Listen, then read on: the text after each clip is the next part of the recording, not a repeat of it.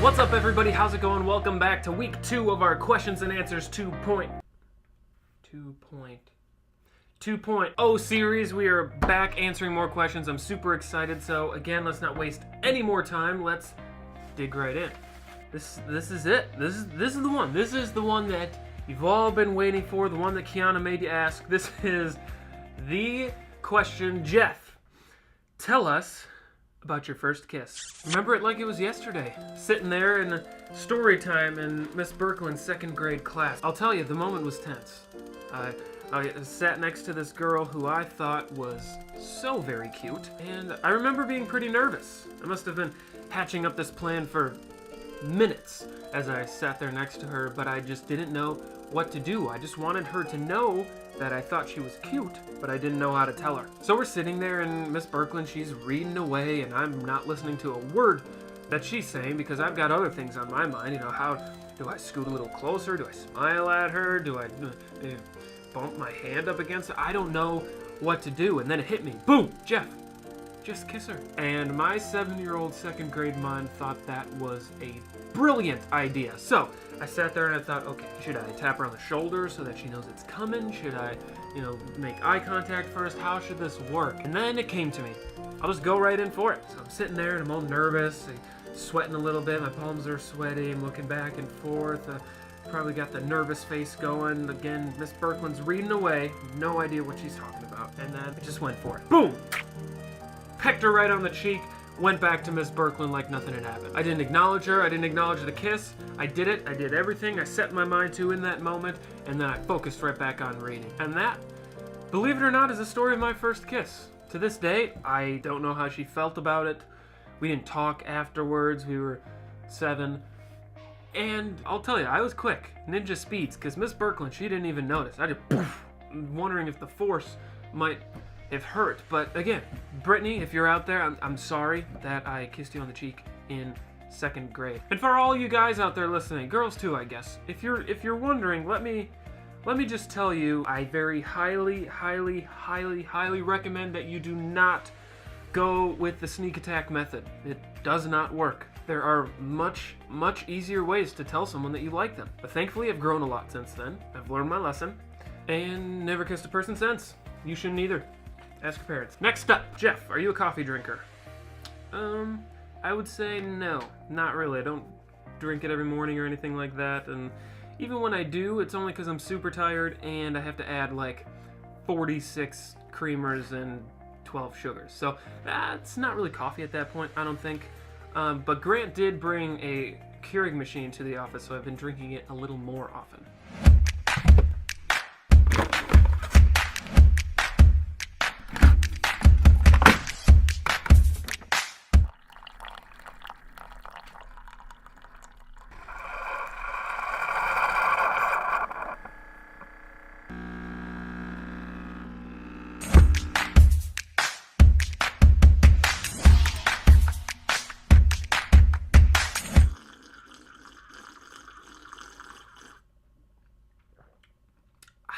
All right, for this next section, there are a lot of questions in here that were like really quick answer type things. So I'm going to do a rapid fire of all of those right now. Just boom, boom, boom, go through them one after another, just for you. Where is the most interesting place you've ever been?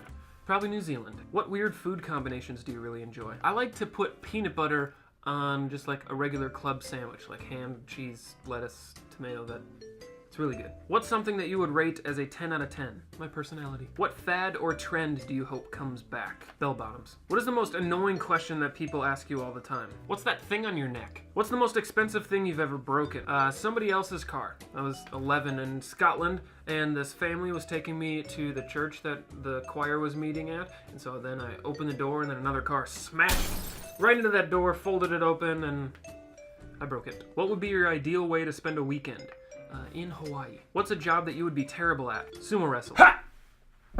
What's your most important rule when going out on a date? Oh, putting your phone away. Just put your phone down, people. How tall did you want to be when you were a kid? Not sure I put a lot of thought into it then, but if you were to ask me, I'm guessing I would have said 6'6", because that's how tall Michael Jordan was. And there you have it.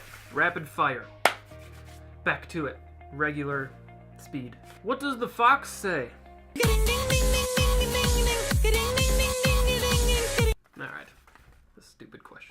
Have you ever thought about making a trick shot video like the Dude Perfect guys? Yeah, I actually made one in high school. It's pretty sweet. But not really lately. I don't know if I have it in me. But there are two guys that I know pretty well who love Dude Perfect and have always wanted to make a trick shot video. Steal a camera, take one of mine, and then go capture some video. So, oh my goodness gracious! Oh yeah! Yeah! This is the bounce shot. Yeah!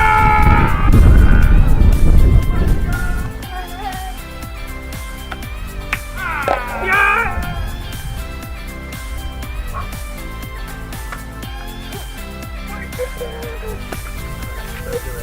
Gotta hit it. Oh! Yeah! The Mike Howard truck shot. Yeah. Yeah! Yeah! Woo!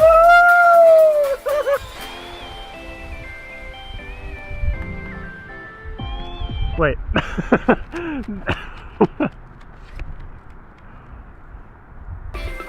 Yeah!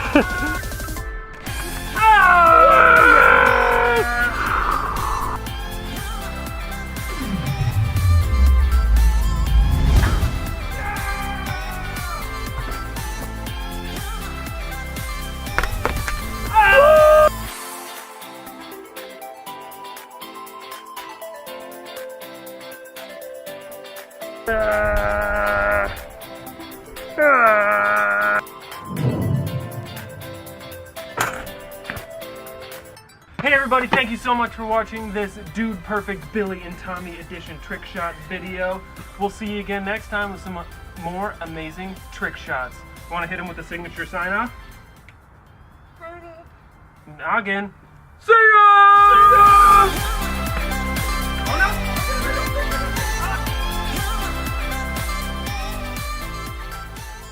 And for today's last question, there are actually a few of you who asked questions about the same thing. It looks like you guys want to talk about dating. I had a few different questions like, what qualities do you look for in a person who you want to date? Or when is it too early? Or when am I able to start dating? And then there was another one in here which we'll talk about later, talking about how to get a girlfriend or how to get a bae was how I believe it was specifically worded.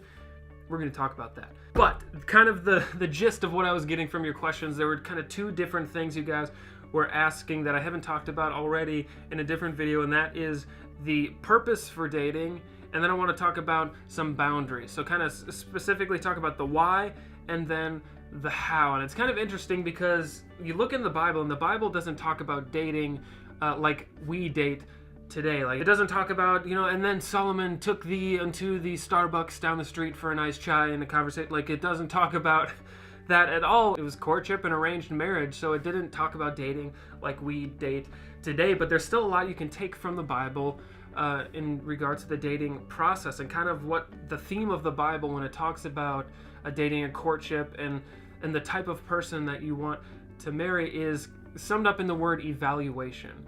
And so dating is a time of evaluation. It's looking at someone and looking for someone who is of character, who is chasing after God, someone who serves, sacrifices, cares about others, someone who has the fruits of the Spirit, love, joy, peace, kindness, patience, goodness, faithfulness, gentleness, self-control. You want someone who is involved in their church and is passionately pursuing Jesus. Like, that's who you're looking for, that type of person.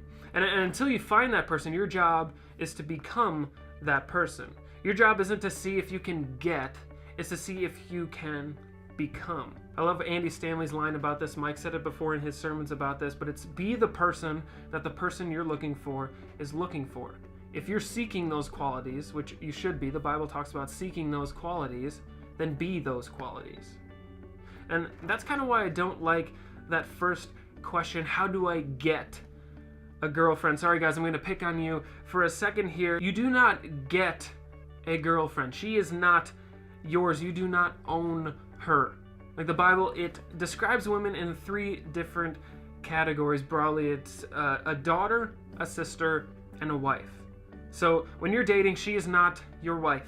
When you are dating, she is not your daughter. You are not her dad, which makes her your sister. Your sister in Christ, and you don't have to worry about how far you can go and if you can go make out with your sister, because that's nasty. What you can do is get to know each other. You can encourage each other, you can lift each other up, learn about each other, and you can see if the two of you work together. See if you enjoy talking to each other. You're going to have a lot of dinners together, so you better be able to hold a conversation with them and not think like, oh my goodness, I would so much rather punch myself in the face than be sitting here right now. I'm so bored. Believe it or not, you can get to know someone and go through the evaluation process without your faces touching, without your bodies touching. In fact, the more that goes on, the more disillusioned you'll be about your relationship, because you'll be taking steps of intimacy that leapfrog over the foundation that you're meant to be building.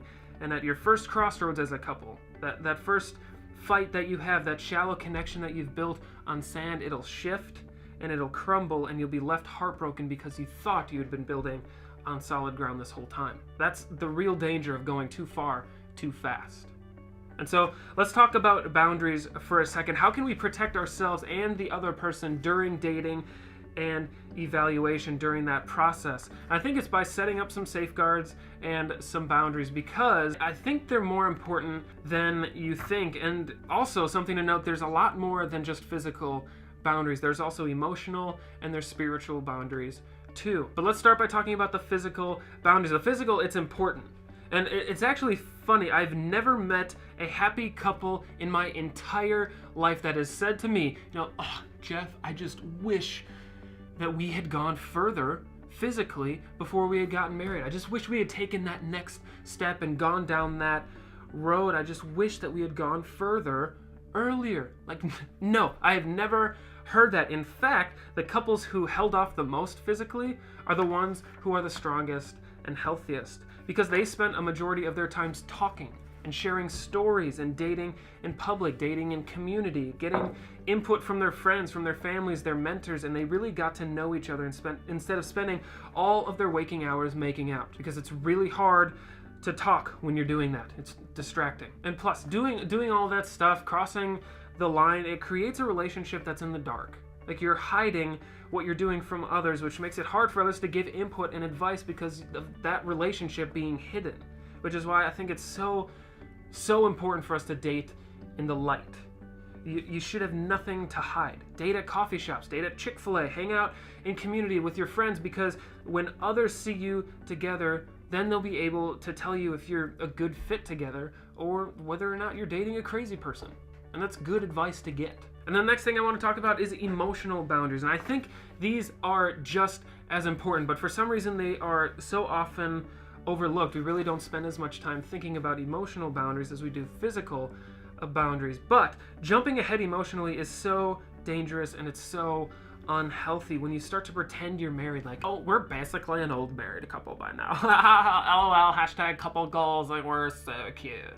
Like, that's not healthy. I think it's actually putting an unfair pressure on the relationship that isn't designed to be there during evaluation. Like saying I love you too soon. Those are powerful words that once you say, if you turn back on, that can be devastating to a person. I think it's important for us to note too that crossing emotional boundaries, it's often done in a manipulative way. Like, the reason behind saying things or planning things or imagining things together that shouldn't be done while dating, it's so often done with the intent of creating this false sense of intimacy that encourages the other person to do things that aren't healthy. In fact, they're selfish. You see, crossing emotional boundaries, it's often done out of insecurity. Well, if I say I love you, then they'll say it, and then we'll be in love, and then I don't have to be alone. And if we're essentially married, then it's probably okay to do these things because we're basically married, and then if we're basically married, then then I don't have to be alone. And it sounds kind of crazy, right, when you hear it like this, but it happens so much. The insecurity can often lead to emotional manipulation in relationships, and if that's happening to you or you are doing it, please put an end to that relationship. Just run in the other direction. You deserve better than that. That's just too much pressure for another human. What you're doing is putting the weight of satisfaction, which should be on God, who is perfect.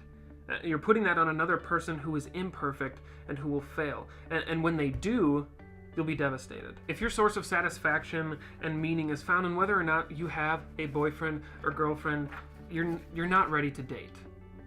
Because God is the only source that is completely satisfying and fulfilling, and He is constant.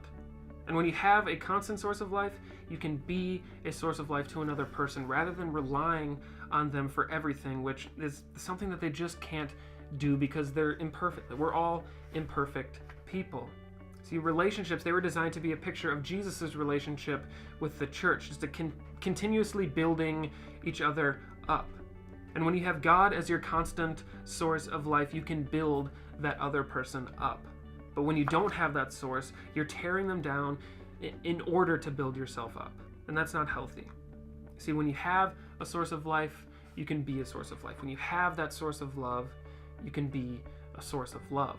And so now let's take a second, let's talk about spiritual boundaries. I think it's healthy for couples to pray together and to get to know God together and learn more about Him, but you still need to have your own time with God. That's really important. You have to have your devotional life and prayer life, and they have to have theirs.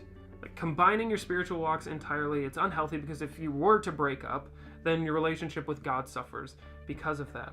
And even say if you didn't break up, it's still not a great idea because you shouldn't be totally dependent on another person to fulfill your spiritual needs. Don't let another person hold you back. You need to pursue Jesus with everything you've got, and combining your walks with Christ too much too soon really creates a bond that hurts when it breaks. And then the last question that I want to address that I got on this topic is, this is great. We got all this, the evaluation, the boundaries, and all of that. But when can I start doing that? When can I put it into practice?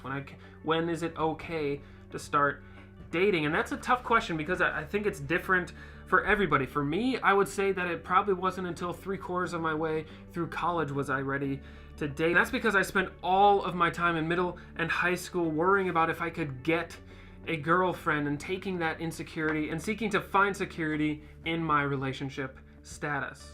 What I really needed at that time was an undistracted devotion to the Lord, which is something I didn't realize and something that I didn't do until a ways into college. And so what does that mean for you? It's tough to say. I'll say this. If you're in middle school, don't date. It's that simple. It's impossible to evaluate someone with the intent of marriage in middle school. I think what you should do is hang out with your friends. Work on using deodorant and stuff like that, and just be friends in groups of people with the opposite sex. Don't put pressure on the who likes who and what and all of that. Just be friends and work on talking to girls. Work on talking to boys without seeing them as an object or as a potential boyfriend or girlfriend. And I'll be honest, I think that advice translates into 9th and 10th grade too. But after that, 11th, 12th grade, that's when I think it starts to get less clear for me. I'd say about 95% of kids in high school probably aren't ready to date. And don't hear me say that and go, whew, good. I'm definitely in that 5% because, I'm amazing. But I'll say no. If you're thinking that, I'm going to go out on a limb and guess you're in the 95 group. But I will say, if you are passionately pursuing the Lord, if you find your hope and strength in Him, and you know a guy or girl who is doing the same, you see them serving, you see them coming to youth group, you see them displaying those characteristics that I talked about earlier, and you happen to think that they are cute, and you're in high school, talk to your parents. See if they think it's a good idea. Talk to a mentor. See if they think it's a good idea. And if everyone agrees, then by all means, start dating and getting to know each other. But if they're not for it, then that's okay. Just keep pursuing Jesus and being friends with that person. Dating is not life and death. And we need to be able to say, you know what, I trust God with my life and I trust God with theirs. Maybe there's a future for us down the line, but for now, we'll just keep being great friends and loving Jesus. And I'll admit, there are a handful of couples I know who met in high school and are happily married, but that is not the majority. That is by far the minority. The majority of what I do see in high schools, and unfortunately in middle schools too, is kids who just spend their whole day worrying about if this person likes them or who likes who, and if they can get a boyfriend or girlfriend. And then once they do get that, then they cling tight to them and they invest way too much, way too fast into that person, and then they push their friends away and they only hang out with this person, and then eventually they break up and they're left devastated. I've seen way too much of that, and that's because they haven't found their security in the Lord. They haven't spent a significant amount of time becoming that type of person that they're looking for, and they've put way too much faith in a person to do what only God can. And so my encouragement to you is to just spend your time in school passionately pursuing God. Chase after him. Be friends with the opposite sex, but don't put pressure on it. And if you find a person who's doing the same, talk to your parents, talk to a mentor, and start that evaluation process from there. Because chances are, I'll just say it, chances are you're not ready. But that's okay. I certainly wasn't either. Take this time and just run after Jesus. And so now let me just take a second to try and summarize everything I just said. Dating is meant for evaluation. Is this a person that I want to do life with? Do they display all of these qualities? And the best way to evaluate is by not going too far, too fast physically, emotionally, and spiritually. And let me just say, that's not meant to hold you back. In fact, it's actually going to do the exact opposite. It prepares you for a future together of healthy communication and fun, so that when you hit a crossroads, when you have a disagreement, and when you do fight, which again you will, you'll be better prepared to fight for the relationship and to build that other person up and strengthen your relationship, rather than tearing the other person down and fighting just to win. And so, to try to sum everything up, evaluation, become that type of person. Build a relationship that is in the light and on solid ground, and then pursue the Lord with everything that you've got.